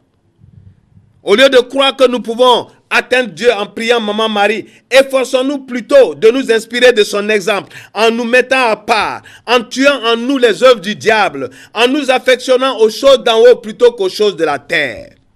Au lieu de prier Maman Marie ou de demander l'intercession des saints pour avoir un mariage, des enfants, pour avoir du travail ou pour tout autre succès de la terre, recherchons la sanctification comme Marie l'avait fait. Et toutes ces choses nous seront données par Dieu. Par la sanctification, Marie avait reçu la grâce de concevoir le Seigneur Jésus. Car ni Jésus ni les apôtres ne nous ont indiqué d'autres voies en dehors de la sanctification que Marie avait pratiquée. Recherchons premièrement le royaume de Dieu et sa justice, et tout le reste nous sera donné. Matthieu 6, verset 33. Gardons-nous du péché et mettons en pratique les enseignements du Seigneur pour notre salut et pour le fait que Dieu puisse nous utiliser. Le Père sait de quoi nous avons besoin. Le Père sait de qui il a besoin. Ce ne sont pas nos jeûnes et nos prières adressées à Dieu par l'intercession de Maman Marie qui feront de nous des serviteurs ou des servantes de Dieu, comme beaucoup de femmes le prétendent. Marie, mère, Marie, jeune fille, n'avait pas prié pour être choisie pour l'accomplissement de la promesse dont elle connaissait l'existence. Elle connaissait les Écritures. Elle connaissait les prophéties d'Ésaïe. Et elle n'avait pas prié pour être élue comme mère du Seigneur. Elle s'était gardée vierge, sainte et pure. Et c'est pour cela que Dieu l'avait choisie. Bien-aimés frères et sœurs, regardons dans les Écritures. Marie ne cherchait rien. Marie ne cherchait pas ses intérêts. Marie s'était contentée d'être à l'image de ce que Dieu voulait. Et c'est pour cela que l'ange est venu lui dire, tu as trouvé grâce devant Dieu. Luc chapitre 1, verset 30. Elle a trouvé grâce. Grâce, c'est-à-dire que quelque chose d'immérité. Mais cependant, que sa sainteté, sa pureté lui avait valu. Car Dieu n'exauce pas les pécheurs, Dieu n'utilise pas les pécheurs. Jean chapitre 9, verset 31. Il ne nous est point précisé que Marie passait son temps dans le jeûne et la prière et que c'est pour cela que Dieu l'avait choisie. Elle n'avait pas été à l'école des rabbins pour une quelconque formation, comme certaines femmes qui de nos jours vont suivre des cours de théologie pour être pasteurs, servantes de Dieu, au mépris des Écritures. Marie ne fut point une femme rebelle, car quiconque n'obéit pas aux Écritures est rebelle devant Dieu. Cette personne est un vase de terre, un vase que Dieu n'utilise pas. Ma bien-aimée sœur, si tu ne respectes pas les Écritures, et que tu crois cependant que c'est la formation pastorale qui fait de toi une servante de Dieu, laisse-moi te dire que tu te trompes. Tu es pasteur devant les hommes. Tu es servante des hommes. Mais Dieu ne te connaît pas. Parce que tu es en dehors des Écritures. Et Dieu n'utilise pas ceux qui sont en dehors des Écritures. Acte 10, verset 34.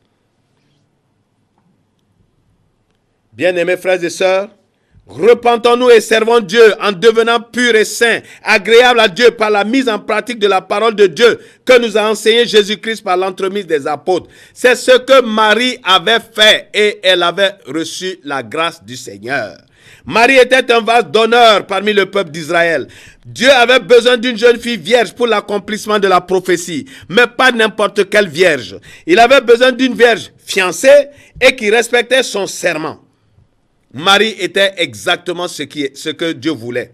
C'est-à-dire une fille fiancée, mais qui ne faisait rien de tordu en dehors de son fiancé.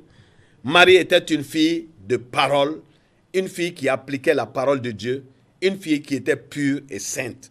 Et c'est ce que nous devons nous efforcer d'être, de craindre Dieu, de pratiquer ce qui est juste. Nous devons nous efforcer de vivre en dehors du péché. C'est en cela que Dieu peut nous utiliser. Bien-aimés frères et sœurs, un serviteur de Dieu est pur et saint. Et Marie l'était. Marie l'était. Et c'est pourquoi elle pouvait dire, je suis la servante du Seigneur. Car un pécheur ne sert pas le Seigneur. Car un idolâtre ne sert pas le Seigneur. Marie était une femme qui pouvait dire, je suis la servante du Seigneur, parce qu'elle pratiquait ce que le Seigneur disait de faire. Combien de personnes parmi ceux qui se disent serviteurs de Dieu peuvent dire, je suis le serviteur de Jésus-Christ?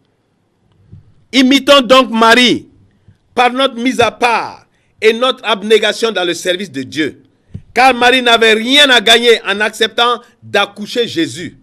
Au contraire, elle risquait la mort. Servons Dieu de la même manière que Marie, en mettant en pratique sa parole. Troisième leçon, Marie est une femme de foi. Quand l'ange vint lui annoncer qu'elle sera enceinte, une autre fille que Marie, certainement se serait débinée. Elle aurait refusé, car il y avait un risque de mort lié à cette acception. Marie posa tout simplement la question de savoir comment cela se ferait-il alors qu'elle ne connaissait point d'homme. Après l'explication de l'ange envoyé de Dieu, elle avait accepté, disant qu'elle était la servante de Dieu et que toute chose soit faite selon la parole de l'ange. Luc chapitre 1 verset 38. Voici ce que nous chrétiens, de nos jours, à qui Dieu a envoyé son Fils unique sur la terre, pour nous donner la commission, pour nous apprendre à connaître Dieu, pour nous donner la vraie parole de Dieu, comme Moïse l'avait recommandé. Mais s'il n'était pas gentil, il la dénonçait et on la sortait de la maison de son père et on la lapidait sur le même lieu. Deutéronome chapitre 22 verset 20 à 21. Marie savait cela. Marie savait que les gens allaient la voir enceinte. Marie savait que Joseph n'avait pas couché avec elle, donc ne reconnaîtrait pas la grossesse. Et donc Marie savait qu'elle allait être lapidée à mort. Mais malgré cela, Marie était une femme de foi. Parce qu'elle s'est dit que si Dieu l'avait choisie pour venir lui faire une telle commission, Dieu avait la capacité de la garder. Dieu avait la capacité de faire en sorte qu'elle n'ait pas honte. Car la parole de Dieu dit, celui qui met sa confiance en Dieu ne sera point confus. Marie connaissait la parole. Et donc, elle avait accepté. Elle savait que le sacrifice qui lui était demandé par Dieu était un sacrifice par lequel Dieu la protégerait également. Et nous voyons que Dieu va bénir son acte de foi. Il va envoyer un ange à Joseph pour aller le dissuader de dénigrer Marie ou de rompre ou de l'humilier. Il va lui dire que sa fiancée sera enceinte, mais que ce sera l'œuvre du Saint-Esprit. Et voici que Joseph n'a point humilié Marie. Joseph ne l'a point exposée. Matthieu chapitre 1 verset 18 à 21. Joseph endossa la grossesse et la prit avec lui sans la toucher jusqu'à ce qu'elle enfante un fils auquel il donna le nom de Jésus. Matthieu chapitre 1 verset 24 à 25. Bien-aimés frères et sœurs, Marie était une femme de foi. Et c'est cette foi-là, en elle et par elle, que nous devons imiter. Quatrième point, Marie est une femme de douleur. Le modèle de souffrance de Marie devrait inspirer toute femme et tout chrétien. Son cœur fut transpercé depuis la naissance de Jésus. Au lieu de la joie que ressentent toutes les femmes quand elles ont un enfant, cette mère n'a connu que des souffrances, elle n'a connu que le stress, elle n'a connu que des douleurs. C'est ce modèle que Dieu demande à quiconque croit en Jésus. Celui de souffrir pour l'évangile. Marie avait souffert pour l'évangile, pour la parole de Dieu toute sa vie. Elle avait souffert pour Jésus-Christ qui est l'auteur de l'évangile. Jésus, son fils, elle avait souffert pour lui. Et Dieu voudrait que nous aussi, nous souffrions pour l'évangile. Pouvons-nous imaginer le désarroi de Marie lorsque le roi décida de tuer les enfants mâles de 1 à 2 ans, du fait qu'il avait reçu des rois mages l'information relative à la naissance du roi des Juifs, Matthieu chapitre 2, versets 13 à 21. L'enfant n'eut la vie sauve que par l'intervention de Dieu lui-même. Comme Marie, acceptant d'être persécutée et insultée pour l'évangile. Je sais que ce que je suis en train de prêcher, combien de personnes l'accepteront parce qu'ils ont déjà leur religion, parce qu'ils ont déjà leur doctrine. Mais cela n'est pas un problème. Je parle de la parole de Dieu. Quiconque veut regarder cela, qu'il le regarde. Quiconque ne veut pas, qu'il ne regarde pas. Demain, il ne dira pas devant le Seigneur, je n'ai jamais entendu. Bien-aimés frères et sœurs, la deuxième souffrance de Marie fut la disparition de Jésus pendant 3 jours, quand Joseph, son père, et elle-même Marie s'étaient rendus au temple pour adorer. Luc chapitre 2, versets 41 à 51. L'enfant avait disparu. Et toute femme sait ce que représente de perdre son enfant, qu'un enfant disparaisse. Toute femme sait ce que cela représente comme douleur. La troisième souffrance de Marie fut celle de pouvoir reconnaître la nature divine de Jésus. Et elle, sa nature humaine, est donc pécheresse. Marie devait pouvoir reconnaître la divinité de Jésus à travers ses actes, à travers ses paroles.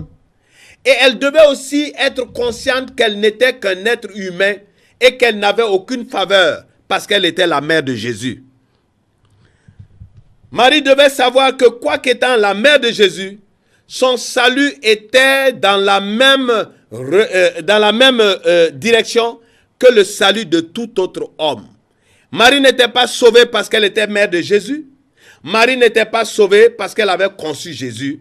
Marie allait être sauvée en considérant qu'elle est un être humain et en considérant qu'on est sauvé qu'en mettant en pratique les paroles de Jésus-Christ. Mais cela, c'était une difficulté, une douleur. Bien-aimés, sachons souffrir pour accepter la vérité, la vraie parole de Dieu, source de notre salut, qui contredit ce que nous aimons ou ce que nous croyons comme doctrine. Cette doctrine de Maman Marie, quiconque y croit, quiconque s'y attache et ne veut pas regarder la parole de Dieu, il en aura pour son compte devant le Seigneur au jour du jugement. Car la vraie parole de Dieu juge les sentiments de nos cœurs. Elle ne plaît à personne. La parole de Dieu est comme une épée à double tranchant, acérée, capable de séparer jointure et moelle, âme et esprit. Lorsque la parole de Dieu sort, elle blesse. Lorsque la parole de Dieu sort, elle ne plaît pas. Mais la parole de Dieu est comme le bistouri. Autant le chirurgien se sert du bistouri pour déchirer, opérer et pouvoir guérir, la parole de Dieu est ainsi. Autant la parole de Dieu est de la nivaquine. La nivaquine est amère, mais c'est la nivaquine qui peut soigner. La parole de Dieu n'est pas du miel. Que quiconque veut du miel comme parole de Dieu s'abstienne de parler de Dieu, mais qu'il parle des doctrines humaines. Bien-aimés frères et sœurs, nous devons comprendre que Marie, quoiqu'ayant été la mère du Sauveur, Marie fut invitée par Jésus à observer le même comportement que tout homme en quête du salut. Marie ne pouvait ni être sauvée, ni faire agréer une prière par Dieu, puisqu'elle-même avait besoin du salut. Nous devons adopter le modèle que nous avons, son modèle pour que nous soyons agréables à Dieu, exaucés par Dieu, quand nous nous tournons vers lui. Souffrons pour la vérité. Aimons la vérité même si elle nous fait mal. Même si elle contredit notre doctrine, même si elle contredit notre foi religieuse, car il n'y a aucune foi qui soit valable en dehors de celle qui doit être en Jésus. À chaque fois que l'occasion s'était présentée, Jésus ne s'était point abstenu de rappeler cela à Marie. Quand elle et Joseph le retrouvèrent après sa fugue de 3 jours et qu'elle voulut lui reprocher le fait qu'il avait disparu, Jésus avait répondu, « Ne savez-vous pas qu'il faut que je m'occupe des affaires de mon Père ?» Chose que ni Marie ni Joseph n'avaient pu comprendre. Luc chapitre 2, versets 48 à 50. Nous voyons encore aux noces de Canaan, quand elle s'approcha de lui pour lui demander de faire quelque chose face à l'épuisement du vin, il avait répondu, « Femme, qu'y a-t-il entre toi et moi? Mon heure n'est pas encore venue. » Jean chapitre 2, verset 4. Il aurait pu lui répondre en disant gentiment, « Maman », comme certains chrétiens aiment aujourd'hui appeler maman, Maman Marie. Jésus aurait dû faire la même chose. Mais voyez-vous, il avait commencé à rappeler à Marie sa nature humaine. Il lui avait dit, « Femme ». Une autre fois, Marie avait certainement été gênée alors qu'elle était venue avec les frères de Jésus pour le chercher, effrayée par les propos méchants des scribes et des pharisiens qui cherchaient à le tuer. En effet, en plein milieu de la foule, il s'était écrié, « Qui est ma mère? Et qui sont mes frères ?» Quelle femme aurait-elle pu supporter un tel abaissement? Malgré cela, Marie se tut. Et certainement, elle s'était jointe à la foule pour l'écouter. Car cette manière codifiée de parler de Jésus, Marie l'avait comprise, car Marie avait en elle le Saint-Esprit. Le même Saint-Esprit qui lui avait fait concevoir Jésus. Je suis certain, mes frères, mes sœurs, que beaucoup de chrétiens actuels qui vénèrent maman Marie auraient dit à Jésus, « Oh, jeune homme, tu es impoli. » On ne parle pas comme ça à sa mère. Mais Jésus lui avait parlé comme ça. Et Marie avait supporté cela sans rien dire, car Marie comprenait que son salut était d'écouter Jésus et de mettre en pratique ce qu'il disait. Et voilà que nous, aujourd'hui, nous ne voulons pas mettre en pratique ce qui est de Jésus. Nous voulons mettre en pratique des doctrines qui nous disent de prier Maman Marie. À la croix encore, alors que son cœur était transpercé par la douleur, quelle femme aurait supporté de voir qu'on clouait des pointes dans les mains de son enfant? Quelle femme aurait pu supporter? Beaucoup de femmes de nos jours se seraient évanouies. Mais Marie était la stoïque femme de douleur, en train de regarder. Et voici que Jésus-Christ élevé à la croix, encore là où son cœur était transpercé, où elle était souffrante, où elle ne savait plus où mettre, elle entend cet enfant comme pour lui, encore pour lui désobéir ou comme pour la rabaisser, qui lui dit, femme, voici ton fils, en indiquant l'apôtre qu'il aimait. Jean chapitre 19, versets 26 à 27. Gardons-nous de nos émotions humaines qui nous font regarder Marie comme une idole. Jésus est Dieu et voulait fixer les regards de Marie sur la source de son salut et non sur son enfant qu'on crucifiait. À la croix, c'est son enfant qu'on crucifiait. À la croix, c'est Jésus-Christ charnel qu'on crucifiait. Mais Jésus voulait que Marie élève les yeux vers le ciel, qu'elle élève les yeux vers Jésus-Christ, le Messie, le Sauveur, et non point sur son fils qu'on était en train de clouer. Elle lui avait dit, femme, pour qu'elle considère sa nature humaine et qu'elle sache qu'elle ne peut être sauvée qu'en élevant les yeux vers cette croix. Comme au temps de Moïse, Dieu lui avait dit de planter un serpent d'airain afin que quiconque mordu par les serpents brûlants regarde cette croix et soit guéri. Marie avait besoin de fixer les regards sur la croix de Jésus. Non point pour voir son fils crucifié, non point pour regarder cette chair qu'on crucifiait, mais en regardant Jésus, Marie devait avoir les regards fixés sur le ciel. Marie devait avoir les yeux fixés sur celui qui est la source de son salut. Et voici que nous ne comprenons rien et nous disons, nous prions Maman Marie. Bien-aimés frères et sœurs, Marie était une femme de douleur. Pendant que nous la vénérons comme notre Maman Marie, Jésus qui l'aimait plus que chacun de nous, lui disait, femme, car je ne crois pas qu'il y ait un homme sur la terre qui puisse prétendre aimer Marie plus que Jésus qu'elle a mis au monde. Jésus n'était pas Jésus connaissait la parole. Jésus savait qu'il est écrit dans la Bible, honore ton père et ta mère afin que tu aies longue vie. Jésus connaît ses écritures mieux que nous, il est Dieu. Mais Jésus disait à Marie, femme. Jésus disait à Marie, femme. Et Marie comprenait ce code, ce langage codifié. Bien-aimés frères et sœurs, sachant que la Bible dit, et elle enseigne beaucoup de choses, que seule la méditation par le Saint-Esprit peut nous faire comprendre. Si nous sommes attachés aux doctrines humaines, si nous sommes attachés à des religions, nous ne pouvons pas comprendre la révélation de la parole comme Marie l'avait comprise. Bien-aimés frères et sœurs, en disant à Marie femme au lieu de mère, le Seigneur n'enseignait pas aux hommes à être irrespectueux vis-à-vis de leur maman. Jésus parlait à sa mère par parabole, par code, par révélation. Elle l'avait compris. Comme je l'ai dit, elle avait le Saint-Esprit en elle. Elle avait compris. Alors que nous, chrétiens, nous ne comprenons rien. Vaincus par nos émotions charnelles, nous voulons vénérer Maman Marie.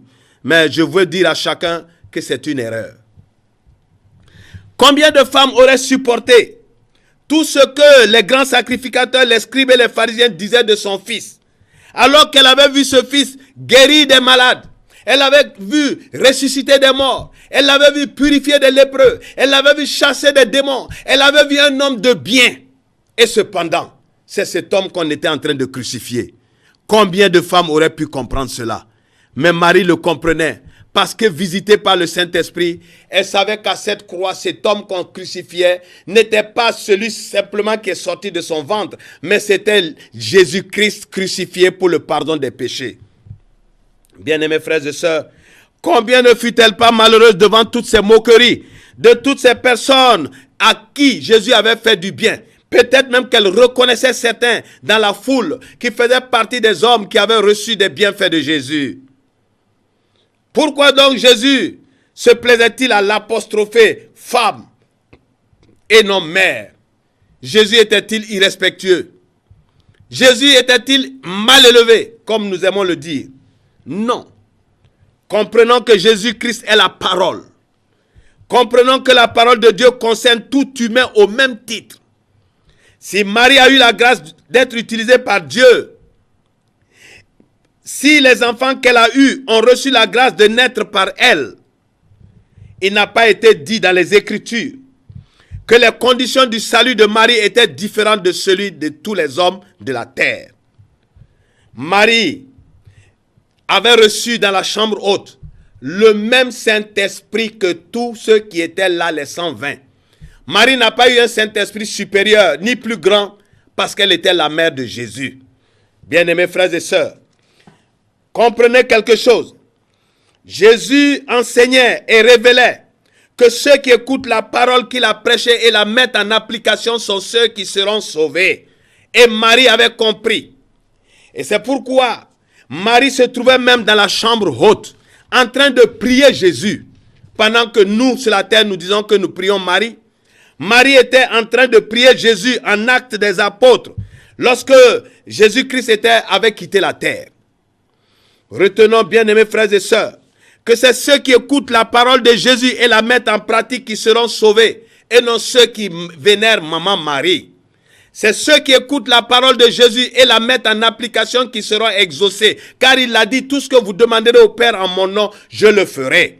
Marie n'a été citée nulle part pour notre salut, ni pour l'exaucement d'une prière. C'est des conceptions philosophiques et humaines. En lui disant femme, Jésus ramenait sa mère à ne point considérer le fait d'être sa mère comme un privilège. Il ne fallait pas que Marie croie que parce qu'elle l'avait mise au monde, lui Jésus, que Marie croit que c'est en cela qu'elle allait être sauvée. Il voulait qu'elle reçoive le salut par la voie décidée par Dieu pour tous les humains. Croire en Jésus-Christ et mettre sa parole en pratique, car il est bel et bien écrit en Jean chapitre 3 verset 16, Dieu a tant aimé le monde qu'il a donné son Fils unique, afin que quiconque croit en lui ne périsse point, mais qu'il ait la vie éternelle. Si Marie ne croit pas en Jésus et ne met pas en parole, en application les paroles de Jésus, Marie ne pouvait pas voir le Père à sa mort. Jésus orientait donc sa maman Marie, comme nous on l'appelle, et que lui dit femme. Jésus orientait ses regards pour qu'elle sache que la femme dans le jardin avait été coupable de transgression, de péché. C'était par la femme que le péché était venu dans le monde. Et voici, c'est par la femme, Marie, que celui qui devait vaincre le péché est venu dans le monde. Jésus était en train d'enseigner la parole à sa mère. C'était une codification, c'était une révélation que nous ne pouvons pas comprendre puisque nos yeux ne s'arrêtent que sur maman Marie, la chair humaine.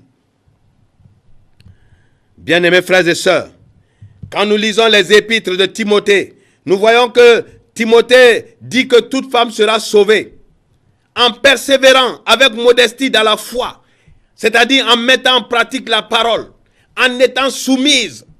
Il dit que c'est ainsi qu'une femme sera sauvée. Autrement, la femme est condamnée depuis le jardin. Dès le moment où elle avait fait commettre le péché à Adam, dès le moment où par ce péché la mort était entrée sur la terre, Dieu avait eu mal. Mais Dieu est miséricordieux. Et le premier critère du salut d'une femme se trouve dans le fait d'obéir à la parole avec soumission, de la mettre en application. Et c'est aussi le fait pour une femme de devenir mère. Il est bel et bien écrit, la femme sera néanmoins sauvée en devenant mère, en persévérant avec modestie dans la foi. 1 Timothée chapitre 2 verset 13 à 15.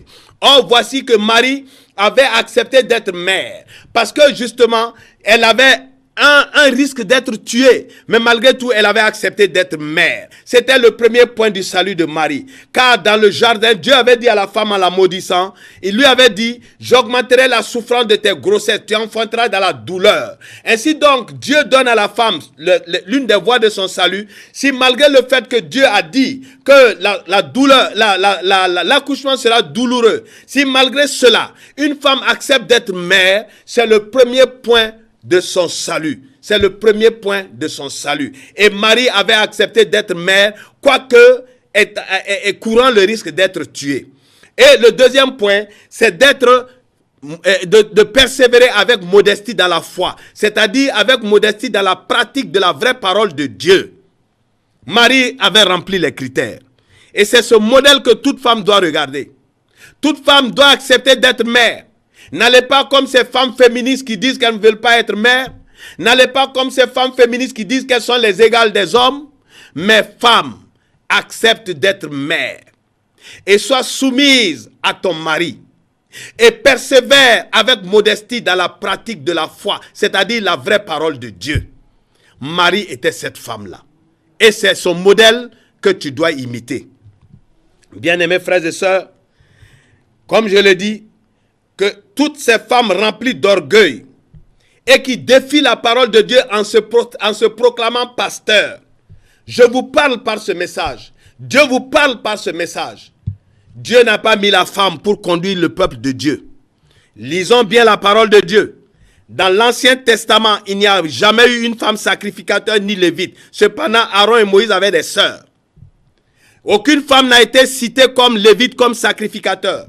La seule femme dans un roi qui s'est permis de tuer la descendante du roi pour faire un coup d'état et être reine, Athalie, a été mise à mort par Dieu lui-même. Déborah avait compris lorsqu'elle fit la prophétie à Barak, lui disant que l'Éternel l'avait choisi pour aller délivrer Israël. Déborah lui avait dit, si je marche devant toi, on dira qu'une femme a sauvé Israël. Déborah savait que la place d'une femme n'était pas de marcher devant le peuple de Dieu. Et toi aujourd'hui par orgueil, oui, parce qu'aujourd'hui elle est dîmée les offrandes dans l'affaire de Jésus, tu te prétends servante de Dieu. Et tu marches, tu t'arrêtes devant le peuple de Dieu pour dire que tu es pasteur. Ma soeur, je voudrais te recommander de regarder Marie. Marie était une femme de douleur. Marie n'était pas une femme orgueilleuse qui voulait qu'on voit ses photos dans les rues, qui voulait qu'on la voie sur les affiches, qui prétendait qu'elle faisait des miracles. Tu feras des miracles, mais Dieu te dira, je ne te connais pas. Car il a bien dit, certains diront, j'ai fait des miracles en ton nom, et Jésus dit, je leur dirai, je ne vous connais pas. Arrière de moi, vous qui commettez l'iniquité. Combien le cœur de Marie ne fut-il pas déchiré en voyant ces personnes à qui son fils avait fait du bien et qui maintenant criaient, crucifiez-le, crucifiez-le, que son sang retombe sur nous et nos enfants. Matthieu chapitre 27, versets 23 à 25. Combien de femmes, comme je l'ai dit, ne se seraient pas évanouies en voyant son fils dans les mains duquel on clouait sauvagement des pointes? Sommes-nous prêts à imiter Marie? Sommes-nous prêts à imiter Marie dans les souffrances qu'elle avait endurées pour le maître de l'évangile, pour l'évangile? Bien-aimés frères et sœurs, Dieu savait que cette idolâtrie viendrait un jour dans le monde où on adorerait Marie. Et il savait que cette idolâtrie viendrait où on dirait Marie, Mère de Dieu, car Dieu sait tout, il est omniscient. C'est pourquoi il a caché le lieu de la sépulture, la tombe de Marie. Quel est l'homme qui peut dire avec la Bible en main qu'il connaît où Marie a été enterrée? Mais Marie a été enterrée, Dieu l'a cachée aux hommes. Parce qu'il savait très bien ce qui allait se passer. Aujourd'hui, on va dans des lieux où on dit qu'on a vu des enfants, on dit qu'ils ont vu Marie apparaître. D'autres disent qu'ils l'ont vue apparaître. Et voilà, ces lieux sont devenus des lieux de pèlerinage. Bien-aimés frères et sœurs, si aujourd'hui les chrétiens savaient où Marie avait été enterrée, je crois que ce serait plus que le lieu de pèlerinage. Et Dieu le savait. C'est pourquoi il a caché aux hommes où Marie a été enterrée. C'est pourquoi il a caché aux hommes où Moïse a été enterré. Parce que si les Juifs aussi connaissaient où Moïse avait été enterré, ils en feraient un lieu de pèlerinage et ne croiraient qu'en Moïse comme ils l'ont dit. Dieu savait qu'après Jésus, des hommes allaient se livrer à cette forfaiture d'adorer Marie. Bien-aimés frères et sœurs, Dieu le savait. Et voilà, il avait même dit de ne pas faire des statues et de ne point se prosterner devant elles et de les adorer. Dieu savait que cela allait se faire. Les Israélites l'ont fait, des chrétiens le font aujourd'hui. Ils se prosternent devant des statues, ils vont déposer des cadeaux au pied des statues, ils disent qu'ils prient Marie, ils prient des saints, ils prient quoi? Et ils abandonnent Jésus-Christ qui a payé le prix pour le pardon des péchés. Ils laissent Jésus-Christ qui a dit, si vous demandez en mon nom, je le ferai. Ils rendent Jésus-Christ menteur et ils croient être sauvés à leur mort. Mes frères, mes sœurs, repentons-nous. Tu ne peux pas traiter Jésus-Christ de menteur durant ta vie et croire que tu seras sauvé. Quel verset de la Bible, quel juif rend-il témoignage de l'Assomption, de la montée de Marie au ciel? Jean, le disciple bien-aimé, à qui Jésus avait confié Marie pour qu'elle demeure chez lui après son départ de la terre. Jean a écrit dans l'évangile, si Jean avait vu Marie partir au ciel, Jean l'aurait attesté. Aucun juif n'atteste qu'on a vu Marie aller au ciel. Où donc se trouverait Marie dans ce ciel, comme prétendent ses frères chrétiens, qui prétendent qu'elle est reine du ciel? Elle se trouve où? Jean, dans l'Apocalypse, Jean qui avait gardé Marie, a eu un songe où il a vu dans le ciel l'adoration. Il a décrit et il n'a pas dit quelque part que Marie se trouvait là-bas. Et voilà que des hommes aujourd'hui l'appellent mère du ciel. Je ne sais pas de quel ciel. Bien-aimés frères et sœurs, la 5e leçon, Marie nous a donné la leçon de l'adoration. Alors que nous, chrétiens de nos jours, nous vénérons Marie, alors que nous la prions, alors que nous disons la faire intercéder pour nos innombrables besoins matériels, Marie nous donne la leçon de la louange et de l'adoration. Comme je le dis, en Actes des Apôtres, Marie était parmi ceux qui étaient en train de prier, d'adorer Jésus, et elle était parmi ceux qui ont reçu le Saint-Esprit le jour de la Pentecôte. La Bible ne nous montre pas comme une femme, ne nous montre pas Marie comme une femme priant pour des biens. Elle ne nous la montre pas, elle nous la montre plutôt comme une adoratrice, comme une jeune fille sainte et pure qui recherchait les intérêts de Dieu. Quels intérêts elle recherchait lorsqu'elle était avec les 120 en train de prier pour l'effusion du Saint-Esprit sur la terre. Comme Marie, soyons saints et irréprochables. Comme Marie, soyons des adorateurs de Dieu en esprit et en vérité. Marie remerciait Dieu pour tout ce qu'il avait fait pour elle. Sachons sans cesse aussi dire merci à Dieu pour la vie, pour la santé, pour le fait qu'il nous a fait connaître le vrai Dieu et pour le fait qu'il nous a donné de connaître Jésus. Sachons dire merci à Dieu pour le pardon de nos péchés, pour notre délivrance des péchés de nos pères, pour notre délivrance de la mort éternelle, pour le pain quotidien, pour tout ce qu'il a fait dans notre pays, dans notre vie. Imitons Marie, qui remerciait Dieu parce qu'il s'était souvenu d'Israël en accomplissant par elle la promesse du Messie faite depuis Moïse. Luc chapitre 1, verset 53 à 56, à 55. Sachons dire merci à Dieu comme Marie, qui reconnaissait ce grand bien que Dieu lui accordait d'être la mère de Jésus. Luc chapitre 1, verset 46 à 50. Très peu de chrétiens comprennent que la joie de Dieu, c'est de voir chaque jour des personnes qui lui disent merci, merci, merci. Dieu n'est pas dans la joie de voir des gens qui ne peuvent que voir ce qui est devant et qu'ils espèrent. Vous voyez, Dieu est comme un homme qui se tient en prière, les mains tournées vers le ciel. Et Dieu laisse tomber dans ses mains beaucoup de bonnes choses. Et cette personne retourne les mains. Et ces choses tombent sur la terre, au milieu des pauvres, au milieu des veuves, au milieu des orphelins. Il ramasse. Et lorsque cette personne retourne la main, Dieu remplit de nouveau. Parce que cette personne est un associé. Et Marie était un associé. Elle était associée pour Dieu, pour que le Messie vienne sur la terre. Nous ne péchons pas lorsque nous demandons des choses. Mais souvent nous demandons et nous ne pouvons pas obtenir parce que justement notre manière de demander n'est pas conforme à celle de Dieu. Car il est écrit selon Jacques chapitre 4 verset 3, vous demandez, vous ne recevez pas parce que vous demandez dans le but de satisfaire vos passions. Marie n'était pas une personne priant pour des demandes, mais plutôt une adoratrice. Et Dieu l'avait comblée parce qu'elle connaissait la parole et parce qu'elle se conformait à la parole. Elle mettait en pratique la parole de Dieu qui incitait à la sainteté, à la pureté. Elle savait que Dieu siège dans la louange et l'adoration de son peuple. Elle savait que Dieu prend plaisir à la sainteté. Et c'est ce qu'elle était. Et c'est ce que nous devons prendre comme modèle chez elle. Elle n'a pas prié Marie, car elle ne priait pas des hommes. Marie priait Jésus. Et nous aussi, elle nous a montré ce chemin. Prions Jésus. Comme Marie, méditons la parole de Dieu et mettons-la en pratique. Soyons des personnes repentantes, des adorateurs, des personnes qui louent Dieu. C'est cela qui est de Dieu. Dans toute la Bible, il n'y a pas de maman Marie. C'est une invention. Ça n'existe pas dans une Bible. Personne ne s'appelle maman Marie. C'est utopique. Il n'y a aucune référence où il faille adorer quelqu'un ou invoquer quelqu'un qui s'appelle maman Marie. Cela ne fait pas partie de la parole de Dieu. Que ça plaise ou que ça ne plaise pas à quelqu'un, il n'y a pas dans la Bible une référence à quelqu'un qui s'appelle maman Marie. C'est une invention humaine. Tu veux, tu ne veux pas. Prends la Bible et viens me montrer qui s'appelle maman Marie. Bien-aimés frères et sœurs, selon la Bible, c'est une abomination, une source de colère de Dieu que d'invoquer des hommes, que d'invoquer des esprits de personnes qui sont mortes. Nous n'avons pas ce droit. Dieu ne nous le permet pas.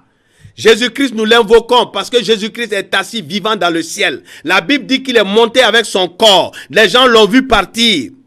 Mais Marie a été enterrée. Tous ceux qu'on appelle des saints ont été enterrés. Leur esprit ne peut rien contre pour quelqu'un, car eux-mêmes, ils attendent pour le jugement dernier. Si donc selon la parole de Dieu, se prosterner devant la statue de Marie pour la vénérer, prier, est une abomination devant Dieu. Qui est celui qui exauce ceux qui prient en son nom? Car Dieu avait dit de ne pas faire de statues, de ne pas adorer. C'est écrit dans la Bible, ce n'est pas moi qui le dis. Alors s'il dit de ne pas adorer des statues, de ne pas se prosterner devant elles, quel est le Dieu qui exauce ceux qui se prosternent devant des statues? En conclusion, bien-aimés frères, que devons-nous retenir de Marie, mère de Jésus, comme leçon? En quoi devons-nous l'imiter? Je reprends. Premièrement, Marie fut une femme sainte. Elle fut une jeune fille qui avait la crainte de Dieu. Jeune fille chrétienne, sachez imiter plutôt Marie que de faire d'elle une idole, que de faire d'elle une statue à vénérer. Sachant imiter Marie, sachez imiter Marie dans tout ce qu'elle nous a montré comme foi. Au lieu d'être là, maman Marie, elle n'est plus ici, elle est sous la terre. Deuxièmement, Marie est une femme de foi. Imitons-la, car malgré la mise à mort qu'elle risquait, elle avait accepté l'appel de Dieu, mettant toute sa confiance en lui. Comprenons que celui qui met sa confiance en Dieu ne sera jamais confus. Romains chapitre 10, verset 11.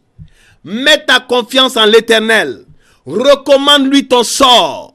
Adore-le et il agira. Dieu ne t'a rien promis par maman Marie. Troisième point. Marie est une vraie servante du Seigneur. Elle ne l'avait point servi par envie, ni pour un intérêt quelconque, comme nous disons servir Dieu aujourd'hui pour des dîmes et des offrandes. Marie avait reçu la grâce de Dieu d'être sa servante à cause de la crainte de Dieu qu'il y avait en elle. Nous aussi, sachons craindre Dieu en mettant en pratique sa parole. C'est là que Dieu nous utilise. Quatrième leçon. Marie est une femme de douleur que nous devons imiter en souffrant pour le vrai évangile. Ne soyons pas des conspirateurs. N'allons pas aimer les fausses doctrines parce qu'elles plaisent à nos cœurs. Ne disons pas oui tout en sachant que c'est faux. Marie était une femme de douleur. Et sachons souffrir pour l'évangile vrai. Et la cinquième leçon et la dernière. Marie est une adoratrice de Dieu en Jésus-Christ. Imitons Marie. En adorant Dieu par Jésus-Christ, en priant Dieu par Jésus-Christ, en adressant nos prières à Dieu par Jésus-Christ, et non point par une personne comme Marie, car la Bible est claire. Celui qui fait de telles choses s'expose à la malédiction, car Dieu dit, maudit soit celui qui met sa confiance en l'homme et qui prend appui sur sa propre chair. Bien-aimés frères et sœurs, je prie en ce jour que ce message germe dans les cœurs de tous ceux qui cherchent Dieu en vérité. Je prie que des aveugles voient, que des sourds entendent, que des paralytiques marchent, que des aveugles voient, Je prie que des morts reviennent à la vie. Car la parole de Dieu déclare, mon peuple périt par manque de connaissance. Celui qui n'a pas la connaissance, la révélation de la parole de Dieu est mort, même étant vivant. Il ne verra pas Dieu, car Dieu n'exauce pas les morts. Ce sont les vivants qui l'exaucent. Bien-aimés frères et sœurs, demeurez dans la paix du Seigneur et que nos yeux soient fixés sur Jésus. Repentons-nous, car les temps sont mauvais.